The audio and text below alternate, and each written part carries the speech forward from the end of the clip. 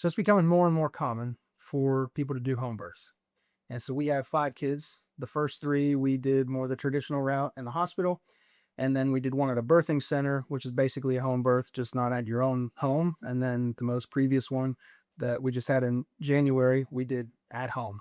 And so if you're here and you're anything like us, you probably have a bunch of questions. And so we just wanted to kind of take some time in this conversation, basically to walk you through the process of what a home birth looked like from the mom's perspective, from the dad's perspective, and kind of compare it to, all of those different ways of bringing a baby into the world.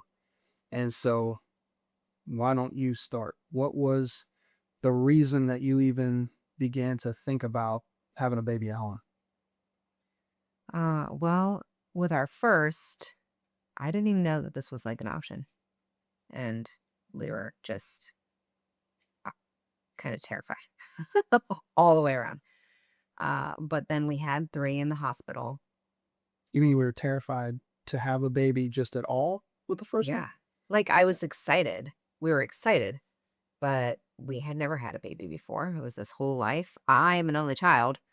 So I didn't have really any experience taking care of any other kids at all. So yeah, I was like, I need all the help I can get. I need all these medical people to tell me everything that I need to know and how to do it. Uh, so then we had the first three in the hospitals, and even when we were in it and we didn't know there were other options, we were like, this feels more stressful and rigid and not conducive to like the process really than it should. And so I think that those feelings are what led us ultimately into looking for different options. Yeah. I mean, we're not here to convince you of anything. Like, really, truly, you have to do what's right for you and your family. And there are some, we might circle back around to this, but I mean, there are some people you just can't have a birth at home. Right. And so you got to do what's right for you, like I said. But we are huge proponents of home births. And so, yeah, in the hospital setting, it just felt like you were getting bossed around constantly. It felt like you were always on their time clock. Yeah.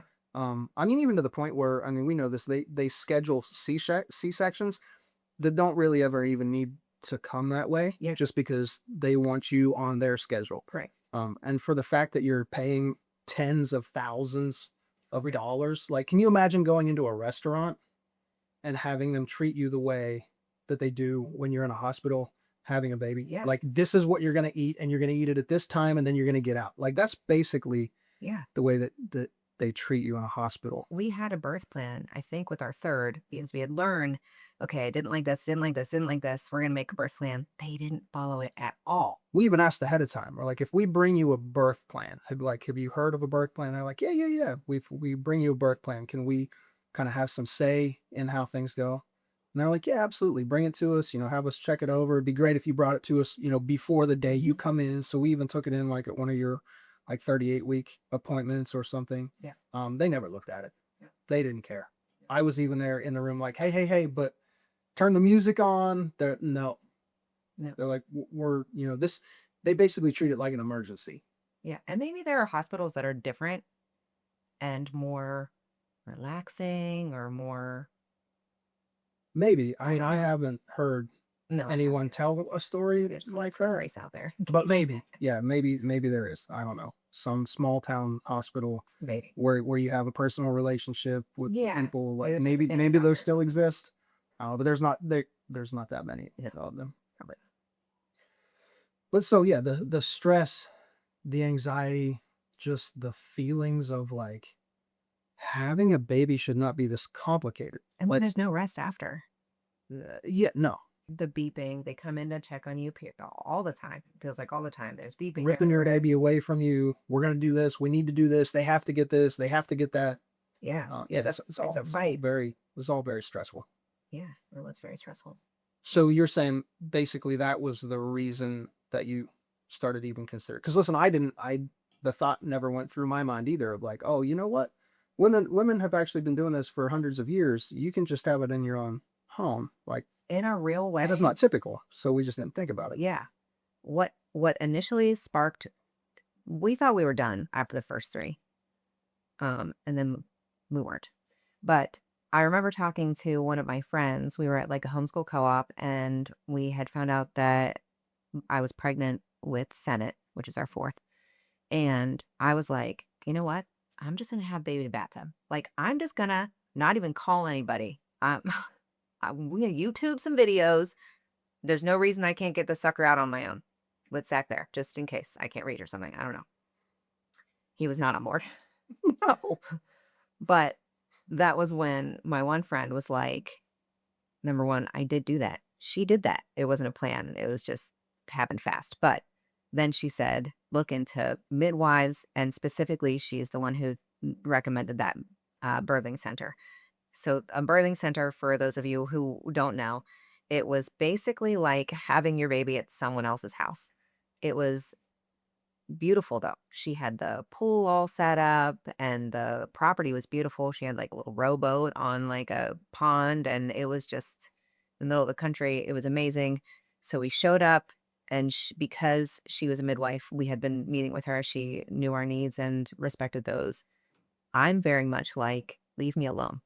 Nobody talk to me. Really, ideally, the only person that I want there is him. And she respected all of that. Everything was set up. It was just amazing. We got to come home 2 hours right after he was born, Yeah. and it was incredible. So anyway, my friend was like, "Hey, you could do it this way. Like, you don't have to have it in the bathtub. You could just check out these other options." And we were both like, "What?" Yeah, listen, I needed some help. Yes, women have been doing this for hundreds of years, but they also typically had like a mom who had their baby at home and a grandma who had their baby at home. Like, we're not just flying by the seat of our pants saying, let's pop a baby out in the bathtub. It's true. I needed some type of assistance because I knew, a large part of that was going to be on me as well. Yeah, midwives read the Bible. I mean, they date back. Right. Yes. So get a midwife if you're going to have a baby at home for sure. But the birth center was amazing. They have them. That's not like a super rare thing. They have them across the country. Yeah. And she was, yeah, essentially it was different suites set up. I mean, it's not like she's got 10 people there all at once. I think she said maybe two max. Yeah. If that happened to overlap at the same time. Most of the time though, it was just one. So we were there, had the property basically to ourselves. Walked around while you were in labor. Uh, we're able to set the lights to whatever you wanted to set them to, able to bring whatever type of music we wanted to bring. And yeah, we worked. Not only was it like, hey, here's our birth plan, can you try to help us with it? But she actually worked with us to make the birth plan. And so everybody knew what to expect going into it. And it was an incredible experience. Yeah. She basically said, okay, knowing that this is your comfort zone, ring me. There's like a little dollar button to push when you are ready to push. And that was it. Like, and that's really what I wanted. I just really wanted assistance with the actual birth, not really laboring. Yeah.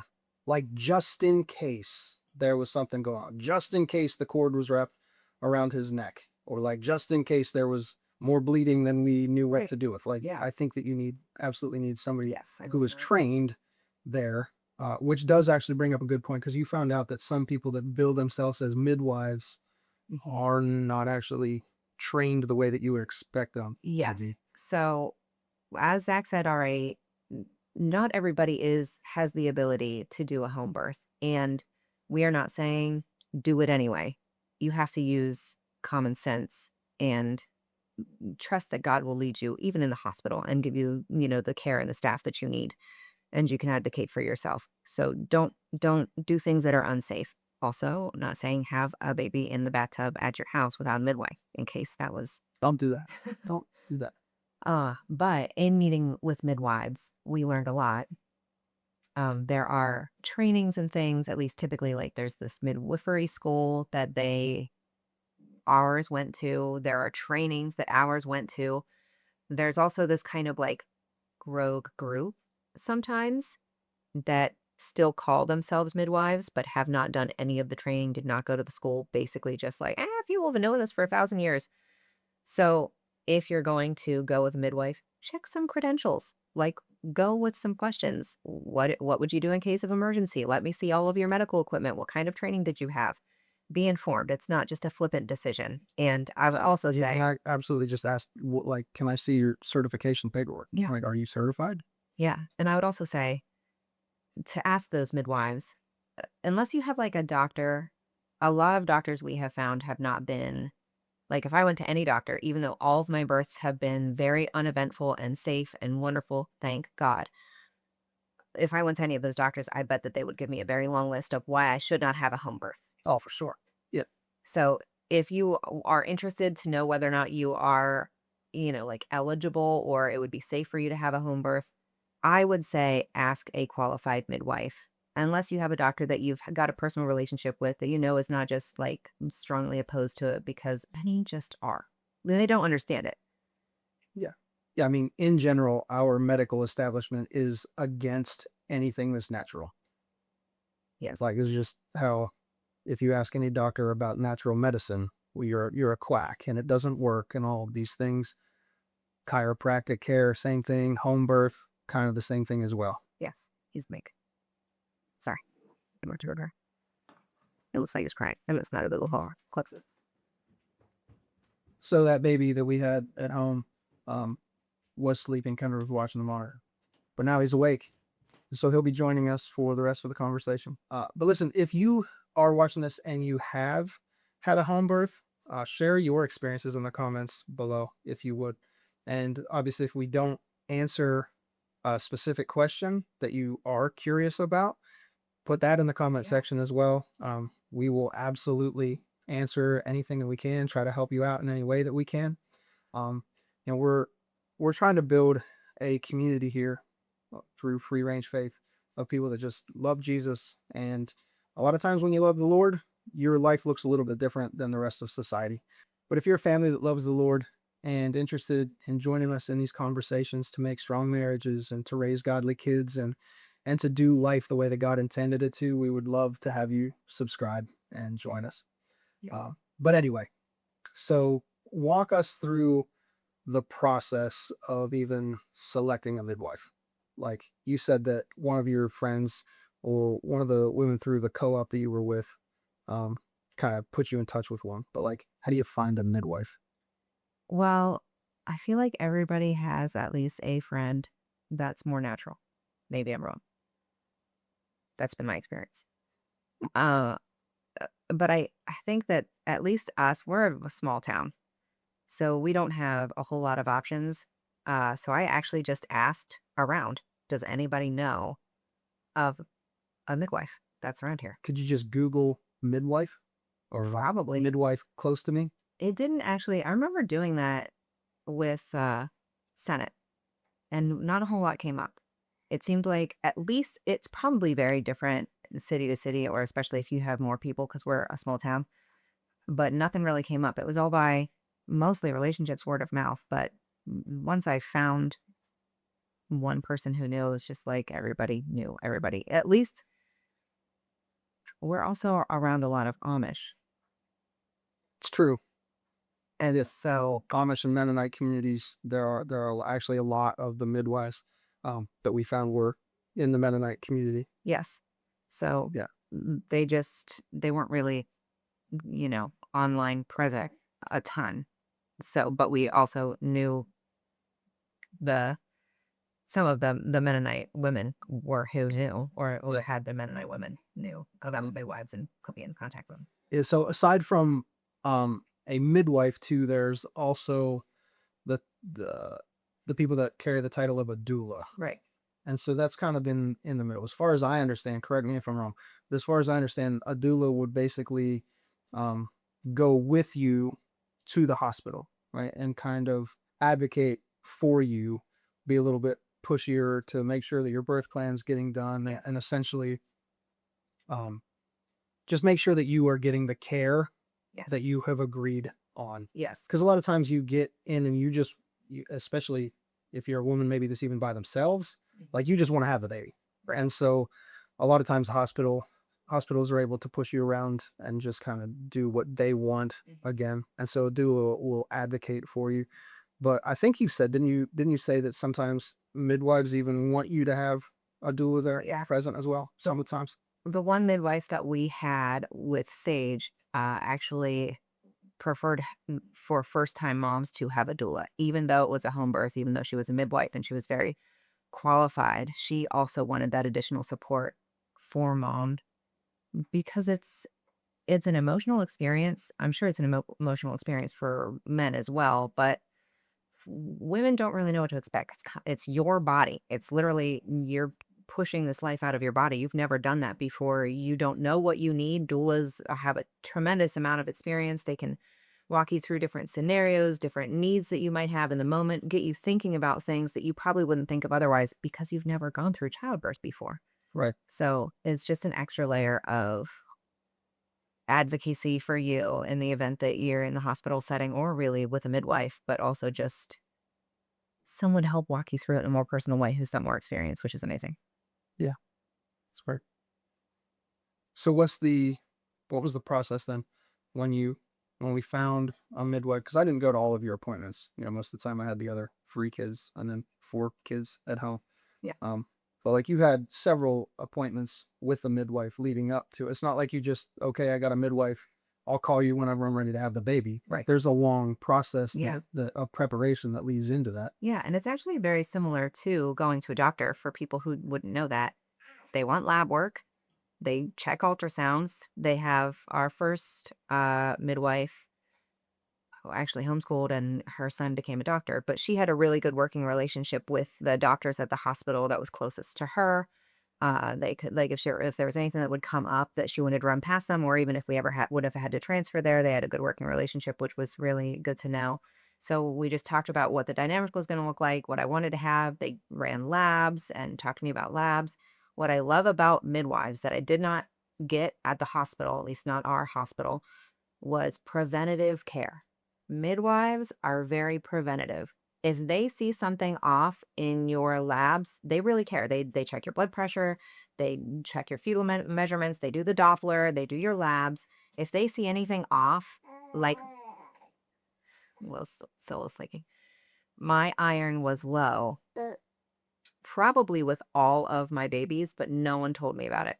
The first midwife that we had at that birth center told me that my iron was low. She checked it every visit. She had me try it because it was my preference to try with food first because I avoid supplements when I can. And then I was doing all the food and it still wasn't up enough. So then she had me do a supplement and it was within the range that she wanted it to be. But I had to work on it throughout all of pregnancy. It was the easiest recovery I ever had. I felt so much better that pregnancy than I had any other pregnancy, even though it was my 4th pregnancy, because she was pointing out things that was preventative care, things that I could be doing differently. Same with this time around. I naturally have low blood pressure with Sage. Well, with all of them, I naturally have low blood pressure, but with Sage, it was getting a little low too. She said, and get some electrolytes. Take a little, Celtic salt before your water. It made a huge difference. I had more energy, just different things that they're very preventative and knowledgeable, and they can oftentimes use things that are food. They got nausea, drink some lemon water. They just, Yeah, more natural based again. yeah. Yeah.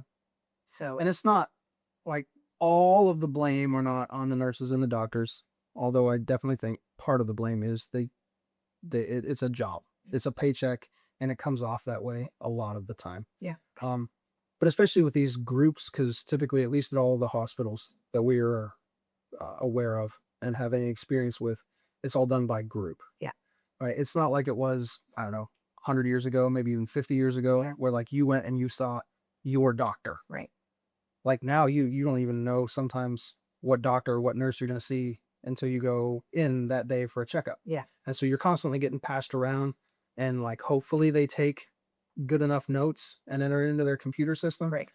But a lot of times they don't, or they're not checking it, or you just don't have that personal connection. Oh, and even And really with the system, there's no way to build that personal connection like you would with a midwife who you go and see. And again, she's probably only dealing with 2, maybe 3 women at one time. So like she knows everything about you. She knows everything that you need to do and and that you want to do coming up, like there's a personal connection there that you are just not going to get at a hospital. Well, especially within that birth month. Like, they might have different clients, but definitely not within the same month that you are due. That's what I mean. Right. But even with the group thing, like, there were some doctors that we preferred, and I tried to make my appointments with them, but that didn't mean they were gonna be at the hospital.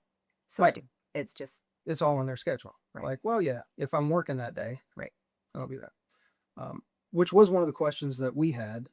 Like, what happens if Mhm. you had a family, not gonna but like what happens midwife if you had a medical emergency of your own Yeah. or something. um and some of them even had vacations planned, Yeah. not real close to our due date, but like close enough to where it was a concern. So Yeah. like ask those types of questions. Yeah. um but both of the midwives that we dealt with had a really good answer to that question. Yeah. They had because they do all the trainings together, they have a good relationship with one another. They can be on call. I didn't really care. I wanted someone qualified, and I trusted my midwives and I trusted their judgment, and I could have asked for more qualifications and things. I didn't feel it was necessary. But they have their own little community and their own little network, at least the ones that we've had experience with, uh, to provide that care in case something would have happened with them. You weren't just, like, left hanging. Yet so they called a backup is Yeah. what you say. Like they had other friends, other midwives who could fill in for them if something went wrong. Um, so we weren't just left on our own to figure it out. Right. If they had an emergency or they were on vacation or something else, like they took care of that. And at least in our experience, dads, this is for you, especially that first appointment, they all seemed to be very family oriented and Mhm. wanted to know that everyone was on board. Yes. They wanted to know that mom and dad were both like all on board with having a home birth. They wanted to make sure that dad was actually going to be there Mhm. and going to be, taking care of mom afterwards. Well, Which was kind of nice, but honestly, I felt like I was at an interview a little bit. I had to straighten up. I was like, I thought we were just getting information, but I think I'm in the hot seat right now, and I feel like if I don't answer these questions correctly, like we might not have a midwife, yeah, they did. They don't take their job lightly. They did which fill was actually parents. great. Yeah. They told us that they wanted to pray about it. They didn't give us answers right away. It wasn't just because they want the money. They wanted to make sure it was a good fit and something they felt led to, which was amazing. Yeah. But yeah, I remember whenever We passed the test though. yes, We got yeah. we told the midwife, or I told the midwife that Zach had, because when we did the home birth with Sage, he had to like get the pool inflated and fill it up and mess with the temperature and stuff. And we might talk about that a little bit more. But Yeah. when I told her that you had done all of that, she was like, "You have no idea how many fathers are running around duct tape last minute trying to get stuff put together." She had a couple assistants that actually made some jokes about that. They were like, "Hey, look at this guy. He's got like an actual connection." Yeah, I had to bind. So we'll talk about that, but um, so we did a birth pool Yes. with both of them. We did a birth pool at the birthing center, and then we did a birth pool here at home as well, which is optional. I mean, you can Yeah. have the baby in the bed, Yeah. um, but the host. So we'll come back to the host in a minute. But why did you decide that you wanted to do the birth pool rather than just in a bed? And again, huge difference between the hospital Yeah. and being at home. Yeah. Well, personally, I for me and everyone that I've talked to that's used a pool, the hot water, because the water ran around 90 plus degrees, it made the pain more manageable. I mean, it is what it is. You're having a baby, so you still feel it, but it was more manageable. Probably having to do with pressure or gravity or something. I would imagine it just wasn't as painful. And also, this might be too much information, but we've decided that we're going to be very transparent on this podcast. What else she was about to say? I tore with the first three. Oh, yeah. I did not in the birth pool. There was a faster recovery. And I didn't tear, which was great for healing and for just bouncing back in general. So the water added a lot of benefit to me. Also, I think the warm water just keeping your muscles loose and pliable yeah, has to. be a major part of it. Yeah. Also, you got to try different positions. It's really hard to squat on your own in a bed. I know they make the squat bars. Some hospitals don't even have them, but that was my preferred position, and it was not easy to accomplish just on our bed. And so, not that it's really necessarily applicable to this conversation all the way, but you got an epidural at the very first Yes. one, but you did not. You just went completely natural with all the other four, right? Yes. Right. Because And obviously the two here at home. we didn't know anything first time around with Paisley. They told us that like Pitocin would speed things up essentially. I didn't know what that was. As soon as they injected me with a Pitocin, the doctor said, "Now this is not proven to make labor harder." And I was like, "Huh? It does. I don't care if it's proven scientifically or not. I've had 5 babies and it does." So, Harder but faster. yes, because your body's you naturally release things to counteract the pain, you know? There's hormones and things that you release that if you're given Pitocin and it's speeding everything up, I don't think that they can. Yeah, a huge part of what we have learned through this whole process and why we are huge proponents of that home's birth now is just because we we want to let nature run its course the way that God has designed us to do that. Yeah.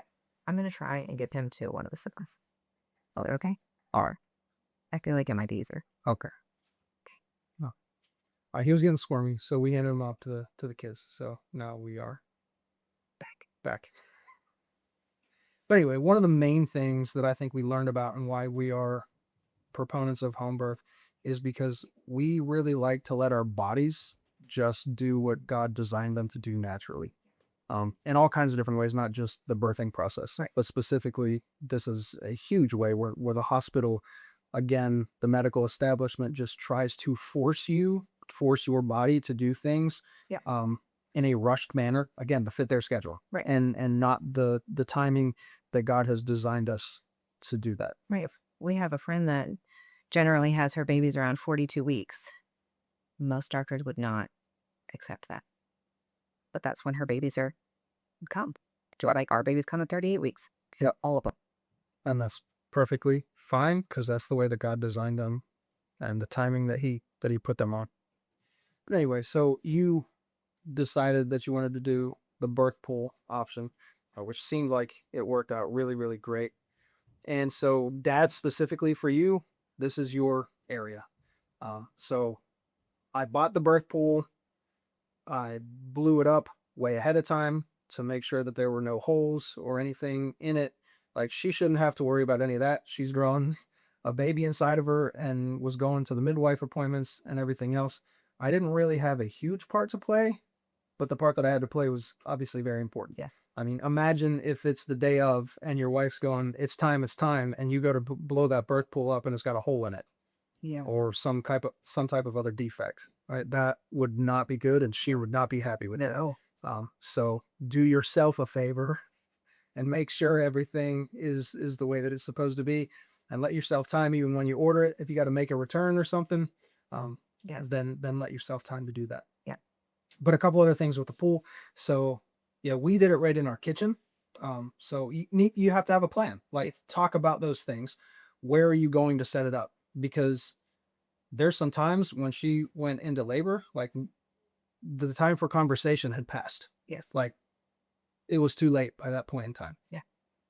So have a plan. Where are you going to set up the birth pool? Or if you're not doing a birth pool, like, there's obviously things that you're going to want to do with your bed, whether it's a shower curtain or a separate set of sheets that you're going to want to get prepared. Whatever that preparation is that you've talked about ahead of time, dads, that's on you to then take care of. So with the birth pool, got it blown up. Again, we did it in our kitchen. So she wanted the lights off.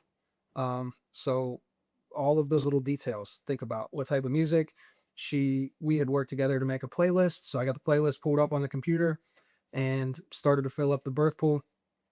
And I mentioned earlier, I had to buy an adapter to actually connect the hose to the kitchen sink.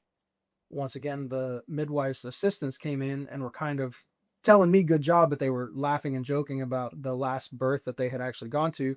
This guy did not attempt to set anything up. So the day of, the birth pool was fine, no holes in it, but he had no way to attach his hose to his kitchen sink. he didn't have the adapter. So he was literally duct taping stuff. And I guess there was water flying all over the place. Only half of the water was making it into the birth pool. So, like, you don't want to be that guy. No, you don't want to be that guy. Make sure that you have everything set up and it works and there's no holes in it, anything. The other thing that we did whenever I had filled it up just to test everything out and make sure it was working, we bought a little floating thermometer.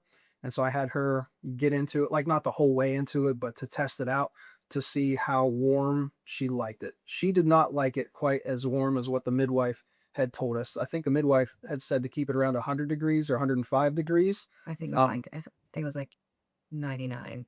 I think she said you don't want to go over 100. I can't remember now specifically. Okay. Maybe it was. Maybe 100. I felt like it 90 was, to 100. yeah, I felt like it was a little over 100. But either way, like just for argument's sake, let's say the midwife said it was around 100 degrees. That was way too warm for her. Where she actually liked it was around 90, 90 to 92. And so then as I filled that pool up ahead of time, I had to figure out what ratio, on the hot and the cold, to get it to around 92, 90 degrees. Obviously, I went a little bit higher because as that steam comes off, the water temperature is going to go lower. Right. So I had to figure that out too. I had a bucket. Basically, what I ended up doing was when I would keep an eye on that temperature, and as it dropped below 90, then I would get some buckets, dump the buckets out, and then fill it up with just straight hot water. And I think I only needed to do when it was actually go time. I think I only needed to do that once. I think so too. The water cooled off. I scooped out 4 or 5 buckets, filled it up with hot water. Took maybe 2 minutes, and we were back at like 92. And that was where you were comfortable with for the rest of the time. Yeah. And it doesn't drop very fast. So it wasn't a whole lot of work to manage. I will say, wives, you have to be transparent because I mean, some people labor is real quick. Labor and delivery is a real quick process. That has not been our experience. Labors last like at least 12 hours. So I think you were in labor for over 24, even with our 5th one. I mean, they say like it goes faster the more kids you have, but I mean, we were on number 5, and I think it was 27 hours that you were in labor. Yeah. So the first time around, you're probably, maybe you are more in tune with your body than I was. I definitely needed to like go through it. Well, the first time I didn't really learn much other than, wow, that was a whole lot. And I don't know what was happening. And I don't want that to happen again. Then, the second time around, I was like, okay, I went natural. I saw what my body could handle because I didn't know the first time. And then I tried to, in the moment when I realized I needed things, communicate that with him. He's also never been in labor. He's also never had a baby. Still haven't been. So I need to communicate. I didn't end up using the music. He asked beforehand, do you want this? This time around, I actually said, no, I didn't. I didn't want that. I just wanted to focus on the quiet and praying and my body. But he asked and he was attentive. But if I needed something, if I felt like the water was dropping or if I needed a drink or whatever that is, I have to be able to say that to him. You're going to have to be able to say that to him. You can't have too high of expectations. Mostly she was just like, can I break anyone's thumb? Like, is there a thumb that I can pop out of someone's joint? And Zach was like, mine. It's mine. Our 11-year-old almost beats me in arm wrestling, but somehow I managed to squeeze his hands really hard. Must have been labor strength. Yeah, it was just the position. I was like, listen, if I could just twist it to like 5 degrees to the right, we'll be fine. He was a trooper, though. I didn't know any of this until after the birth. But that's okay. It's hard. The other thing for planning would be if you have other kids. Yes. I kind of might be easy to slip your mind, but we had 4 other kids, so we needed to think and have a conversation about what that looked like. Do we want some of the grandparents to come get them and take them out of here when it's time? Do we want them here but on a different floor of the house or outside? Or like, are they just going to be there watching the whole experience? Right. So for us, the kids did stay here, but she still had her parents come over and they basically watched the kids in a different part of the house. So they were not in the way. They weren't, asking, because I don't know about your kids, but our kids ask a ton of questions. We didn't necessarily want to deal with all of that in the midst of having the baby. However, once the baby was here, then we allowed them to come up and see him and hold him. Well, not hold him right away, but like they were here, and so they still felt like they were part of things, but they weren't right in the mix with We with got to hear midwife and the assistants and me and everybody else. they had to hear him cry when he came out. That's a fond memory. They did sneak out of the hallway for a little bit to watch. And then, uh, for me, the biggest reason that I didn't want them to watch was because I didn't want any part of it. Not that I'm judged. If anyone else feels comfortable doing this, I don't think there's a wrong answer for each individual family. It might be different. I just didn't want our kids to see they were directly in my face. I was pushing a baby out. I'm sure that I didn't look like I was like urban air. I'm sure that I looked like I was uncomfortable. I didn't want that to bother them or stay with that Sure, you room. were over there. Show me Instagram. Might have. So they came out for a little bit, but then they were all whispering. And I was like, okay, you gotta go away. I need to concentrate and I don't want to worry about you being traumatized. I just gotta get this baby out. Yeah, so if we're not gonna do this again in Jesus' name.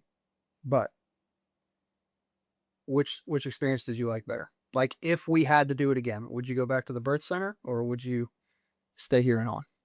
I think that it has to do with kids' ages, honestly. Okay. So we had Senate, who was 2 when we were having Sage in the kitchen. By the way, the reason I chose the kitchen, in case you are thinking about this for the first time and you're doing a home birth for the first time, I didn't want to have to climb steps to get to my bed after. I think that's important to say because we had Senate Yeah. And our kitchen's right outside of our bedroom, basically. So short walk. yeah. We had Senate, and then 2 hours later came home, and I had climbed all of our steps up to our front door, and I was like, could have done without this. So I kept that in mind for this time. But we had the Senate who was 2. And some 2-year-olds, we've had 2-year-olds that, you're like, no, stay there. And they're like, okay. And then we had Senate, and we say, no, stay there. Well, Yeah. Yep. like whatever you tell him, he's gonna scream and say that he wants to do the opposite. Currently, yes, because one day he's going to be a pain in the butt for the enemy, which is what we say regularly. Yes. So the 2-year-old that you have might matter, but for me personally, had I had the option to do a birth center just because he was kind of a wild card, I probably would have done that. If I had all only older kids, I wouldn't do it here again because you're already home and it's just the comfort of being in your own home. So the age of kids for me is really the deciding factor. But I'm sure for you, probably cleanup was nicer at the birth center. Yeah, I mean at the birth center, she took care of everything. Like we literally came in, had a baby, and then we went home. Obviously at home, and dad's is gonna be on you, but yeah, there was a lot of cleanup. Um, that bird pool's nasty. There's no way around it. Uh, Get a liner. but yeah, and they sell them like that. We'll put some links down below to all of the different things that we purchased because we were happy with everything that we got. But yeah, the bird pool, the liner, the thermometer, I'll put all of that stuff down in the link. Um, the other kind of hidden thing, like I would not make this a deciding factor by any means, but having a baby at home was way less expensive. Mm. So even with really good insurance, like at the time that we had our first 3, I had great insurance through my employer. Yeah. We ended up paying between ten and $12,000 when it was all said per kid to have them at the hospital. That's a lot of money. Yeah. I think at the birth center we paid 5,000, and whenever we had Sage here at home, we paid like 3,000. Mhm. So 3,000 compared to 10 or 12, that was obviously significantly less expensive. Again, I don't think necessarily a reason to do it. Yeah. But definitely a benefit to doing Absolutely. it. And also I kept telling myself that whenever I was cleaning everything up, I'm like, yeah, but just got paid like $2,000 to clean this mess up. I made it a little bit better. That's true. Yeah, you were real efficient. It was like cleaned up. like, get this mess out of here. Probably because Senate would have wanted to play in it. Oh, yeah. The floating thermometer that we got was a turtle. And he wanted to be all up in that pool with that turtle. Yeah. But let's talk about aftercare. So baby's out, like I said. So you stayed in the pool for a little bit. Um, we've learned skin on skin, super important, creates that bond between mom and baby right away, which again, we didn't get in the hospital because as soon as Paisley came out, they were yanking her away because we got to get the wristband on her and we got to get her this shot and this vaccine. Like it was, I felt like it was like an hour before you even got to hold her. Yeah. Obviously not the case Right. at home. And there, we can even talk about, we didn't do any vaccines, not even vitamin K. That might be controversial for Sage or Senate, beautiful, healthy boys. And they did the delayed cord clamping so that they can get all those stem cells and all of the things from their umbilical cord. That's super important. Yeah. That you don't get in the hospital. That you don't get in the hospital. Right. So super healthy comparatively. But then aftercare. So obviously when you're in the hospital, you stay overnight. Sometimes you stay there for a couple of days until they say, yeah, you're ready, whatever that looks like. You had already said in the birthing center, we had Senate, and 2 hours later, we were in the van on the way home. Yeah. So just talk about what should somebody, if this is their first time ever doing, what should they expect for aftercare? Because it looks a lot different than the hospital does. Well, I mean, I don't really like taking medication, but there are some great tinctures, and we can link that below to help you with pain as your uterus shrinks again after the baby and is trying to expel all of the things. There's pain, it's contractions. So there are tinctures that are natural instead of like Tylenol, ibuprofen, or anything that they would offer you in the hospital that can help you with that. I opted not to do that. I just like to know what my body's doing. I don't like help unless I really, really, really need it. Not that I'm judging people who feel otherwise. I just like to know what's happening. And you can make your own or you can buy them. There are these pads that are basically ice packs. Those are amazing for the first couple of days. They really help speed up healing tremendously. They do sometimes offer those in the hospital. You can also buy them online. Yeah, but these are things you need to have a plan for. Like the ice pack underwear thing, like were really, really helpful for you. And they did give them to you in the hospital. I think the birthing center gave them to you, but the most recent midwife did not. They were kind of on us. So good questions to ask. Like ask the midwife ahead of time, hey, what are you going to provide and what am I responsible for providing? They will probably let you know that. They usually have like a list or something, but it's good to be aware and have everything stocked up that you need to have ahead of time. Yes, our last midwife did have a list that was super helpful. The first one did not. Probably assumed you've already had some kids, you know what this is like. Yeah. But we could have asked questions and she was happy to provide those things as well. So the ice pads just like pop and then you put them on and they are super absorbent, super cold, feel amazing. Another thing that I found helpful was witch hazel pads. You can buy them already made or you can make your own. It just really helps with inflammation and tissue and all the things healing up easily. And stay hydrated and eat. If you It's hard because you might not know when you're going to have a baby, but this is more on dads. Try to think about things that you're going to want to put in your body that will give you energy, nourish your body, and boost milk supply. Oatmeal is great. That's what I had. As soon as she was in the bed, I started making oatmeal. I mean, all of the kids were complaining that they were hungry too, so I did some more oatmeal for everybody. But yeah, that's a great first meal. Even have some energy balls on hand. Make those energy balls with, like the oatmeal balls. She can have a couple of those because you're hungry after labor, and it helps to get something in your belly, helps milk supply come in faster. There are tinctures to help with that as well. And a good breast balm. Do not overlook or underestimate the power of a good breast balm. Again, we will link my favorite, You had all this stuff then. but it makes a really big difference. Nursing can be painful. It's a lot less painful if you have the right balm on your nipples for like in between feedings. Well, talking about that too, just so the biggest difference between the hospital birth and the home birth, no matter which place it was with our home birth, it was so relaxing. It was calm, it was peaceful. Yeah. And so even with that bond then between mom and baby, Like you had a lot of issues breastfeeding. Mhm.